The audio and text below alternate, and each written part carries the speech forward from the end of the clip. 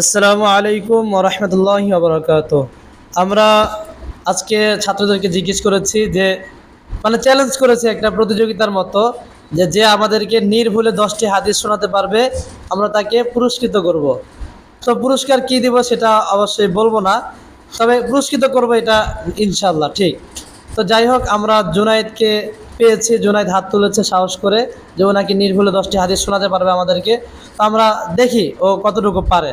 Challenge করেছে, এটাই অনেক। এরপর আমরা শুনতে চাচ্ছি। এক নম্বর হাদিস শরীফ, আখলিস দীনাকা ইয়াকফিকাল আমালুল কলিল।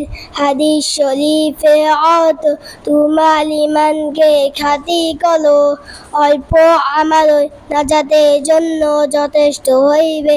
2 নম্বর হাদিস শরীফ, খায়রুকুম মান তাআল্লামাল কুরআনা ওয়া আল্লামা। হাদিস শরীফে অর্থ তোমাদের মধ্যে সর্বোত্তম ওই ব্যক্তি যিনি কোরআন শিক্ষা করেন এবং শিক্ষা দেন। 3 নম্বর হাদিস শরীফ, তো আবুল ইলমি ফারিজাতুন আলা কুল্লি মুসলিম। হাদিস শরীফে অর্থ তিনি এলেন তলব করা প্রত্যেক মুসলমানের উপর ফরজ। 4 নম্বর হাদিস শরীফ, আত-তুহুর শাতরুল ঈমান।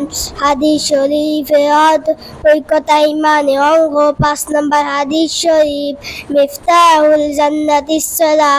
হাদিস শরীফে অর্থ নামাজ বেহেশতের চাবি। 6 নম্বর হাদিস শরীফ, আউয়ালু মা ইউহাসাবু বিল আবদু ইয়াউমাল কিয়ামাতিস সালাহ। হাদিস শরীফে অর্থ কিয়ামতের দিন সর্বপ্রথম নামাজের হিসাব হইবে। 7 নম্বর হাদিস শরীফ, ফাদলুল আলিমি আলাল আবিদি কাফাদলি আলা আদনাকুম।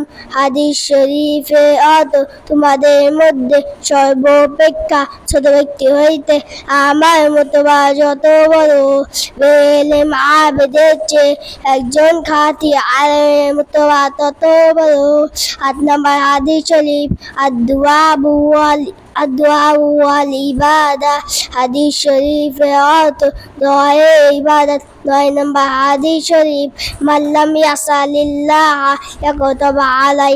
হাদিস শরীফে অর্থ যে ব্যক্তি আল্লাহ তাআলার নিকট দোয়া করে না, আল্লাহ তাআলা তার বঞ্চিত হন। 10 নম্বর হাদিস শরীফ, লা ইয়ারহামুল্লাহু মান লা ইয়ারহামুন নাস। হাদিস শরীফে অর্থ আল্লাহ তাআলা ওই ব্যক্তি রহম করেন না যে মানুষের উপর রহম করেন না। মাশাআল্লাহ মাশাআল্লাহ, আমাদের জুনায়েদ খুবই চমৎকারভাবে 10টি হাদিস পরিবেশন করে শুনিয়েছে। তো ও আমাদের প্রতিযোগিতার মধ্যে ওই চ্যালেঞ্জ করেছিল যে ও নির্ভুলে শোনাবে। তো যাই হোক, মাশাআল্লাহ অনেক সুন্দরভাবে শুনিয়েছে।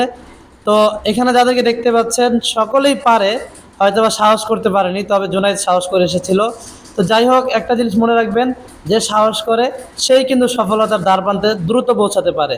তো আমাদের জুনায়েদের জন্য সকলে দোয়া করবেন। আর ওকে আমরা অবশ্যই পুরস্কৃত করব, সেটা ভিডিওতে নয়, অবশ্যই ভিডিওর বাহিরেই। তো ভালো থাকবেন, সুস্থ থাকবেন। আসসালামু আলাইকুম।